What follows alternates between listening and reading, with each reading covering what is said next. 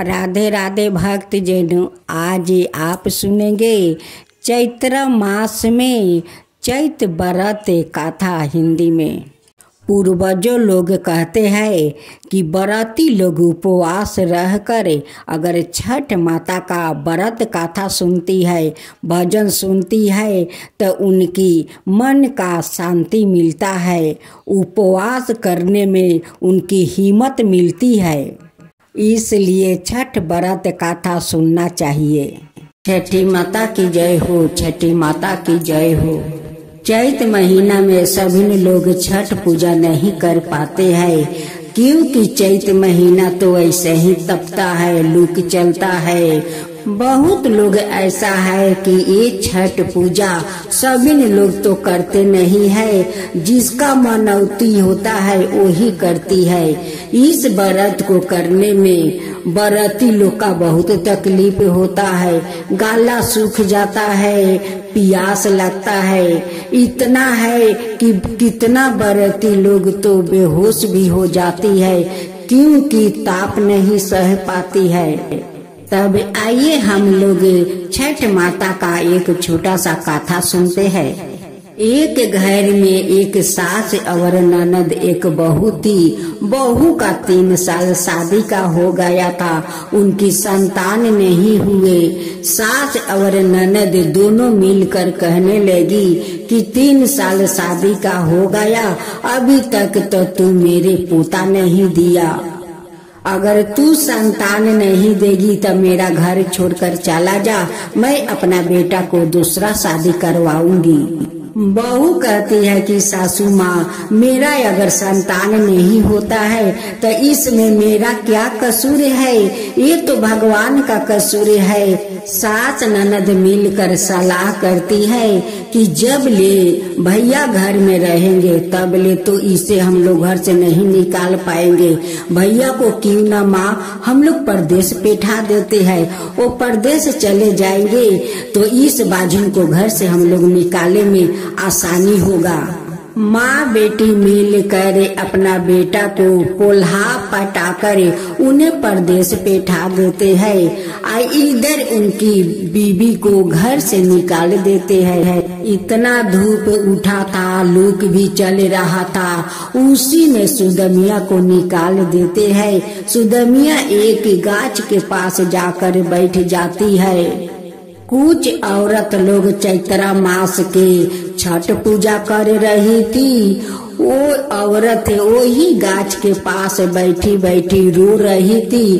कहती है कि चैत महीना में तो छठ माँ का तो पूजा आ गया है।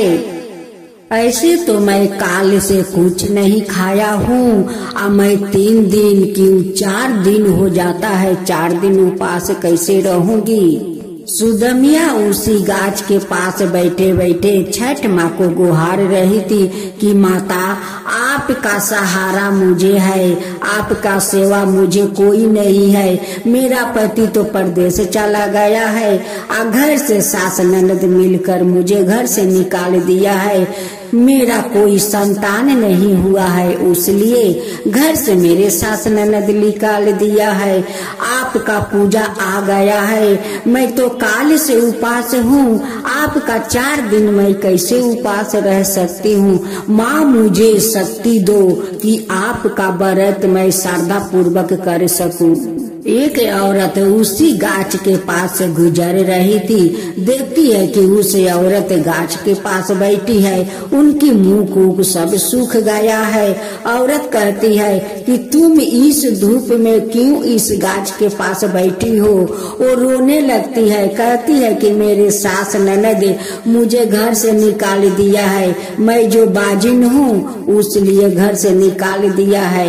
मेरा पति परदेश चला गया है, मैं क्या करूं। यही गाछ के पास काल से बिना खाए पिए यहाँ पर बैठी हूँ। काल तो छठ माता को सब लोग नहान करेंगे, नहा कर खाएंगे, मैं भी छठ पूजा करना चाहती हूँ, लेकिन मेरा पास तो कुछ भी नहीं है। अब मैं 4 दिन तक कैसे उपास रहूंगी।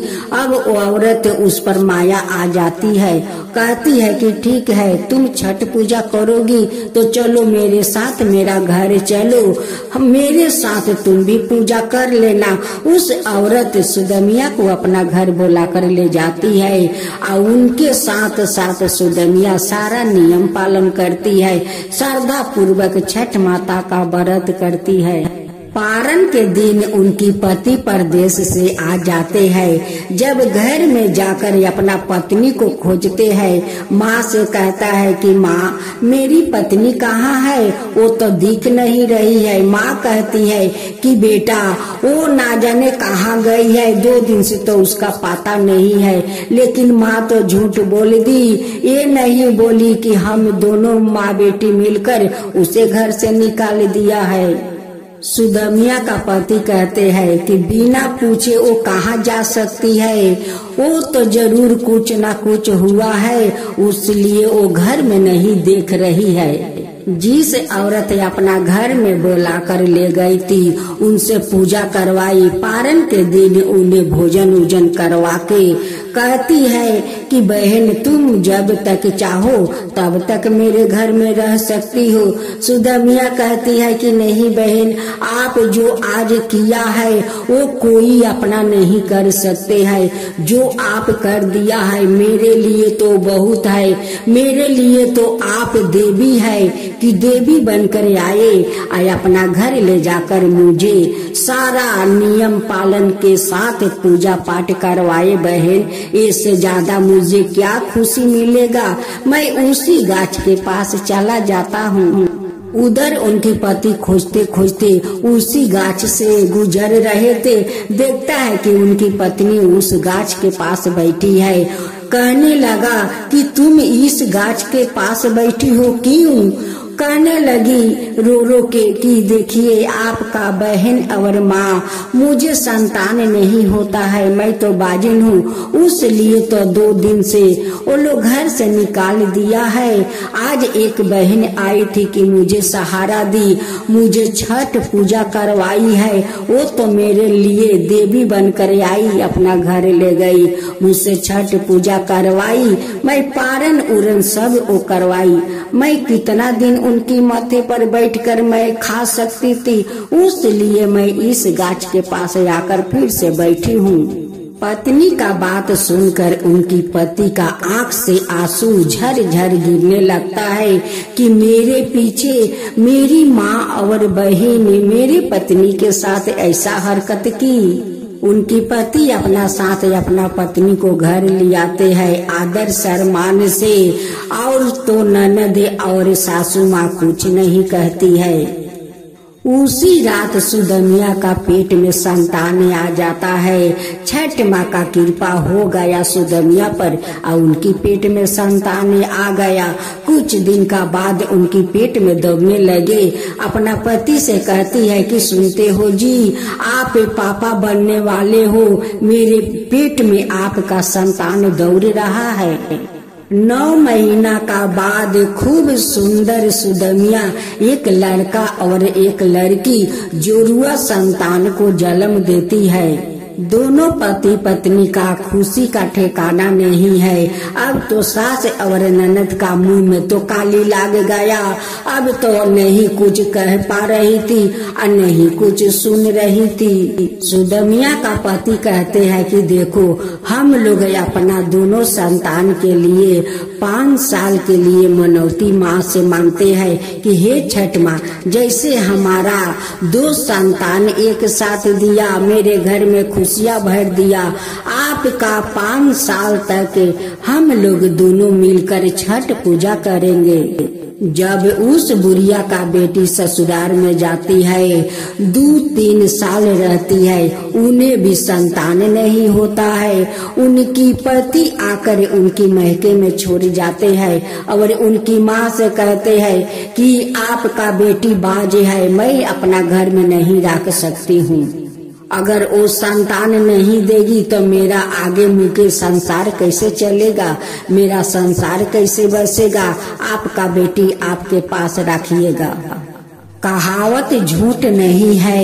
लोग कहते हैं ना कि जो दूसरा के सताते हैं वो खुद भोगते हैं, तब बुझते हैं कि हाँ लोग के सताने से उस पर कैसा असर पड़ता है। सभी से प्यार मोहब्बत करके साथ चलना चाहिए।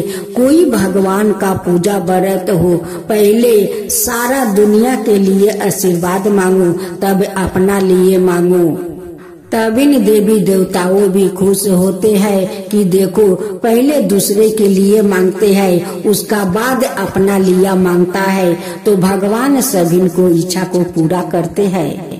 तब जाकर उस ननद का आंख खुली, आकर अपना भाभी को पैर पकड़ कर रोने लगी कि भाभी मुझे माफ कर दीजिए, आपके साथ मैं बहुत गलत किया है, बहुत गलत। मुझे क्षमा तो मिलेगा नहीं, जो मैं आपके साथ अपराध किया हूँ उसके लिए तो मुझे क्षमा नहीं मिलना चाहिए। फिर भी आपसे विनती करती हूँ कि आप मुझे क्षमा कर दीजिए। एक दिन मैं माँ के साथ मिलकर आपको घर से निकाल दिया था, आज देखिए उसका परिणाम आज मुझे मिल गया है। आज देखिए मेरे पति ही मुझे यहाँ पर आकर छोड़ गया है, बाजिन बोलकर कि अपना बेटी को राखो, आपका बेटी बाज है। भाभी देखो जो जैसा कर्म करता है वैसा ही भरता है। आज मैं उस पाप का अपराधी हूँ, आज देखिए मैं भी भोगता हूँ उसी जगह पर जो जगह पर आपको हम लोग बांझ कह रहे थे। भाभी उनकी माफ कर देती है या कहती है कि अगले साल चैत्र महीना का छठ माता का पूजा आप श्रद्धा भक्ति से करो, देखो तुम्हारा जरूर संतान होगा। जैसे छठ माता मुझे गोद भर दिया वैसे ही आपका गोद भर देगी। हे छठ माता, जैसे उस दुखियारी का जोरुआ बच्चा देकर उनके घर में खुशियाँ लौटा दिया, वैसा ही सबका घर में खुशियाँ लौटा दो माता, सबका ऊपर कृपा करना। छठ माता की जय हो, छठ माता की जय हो।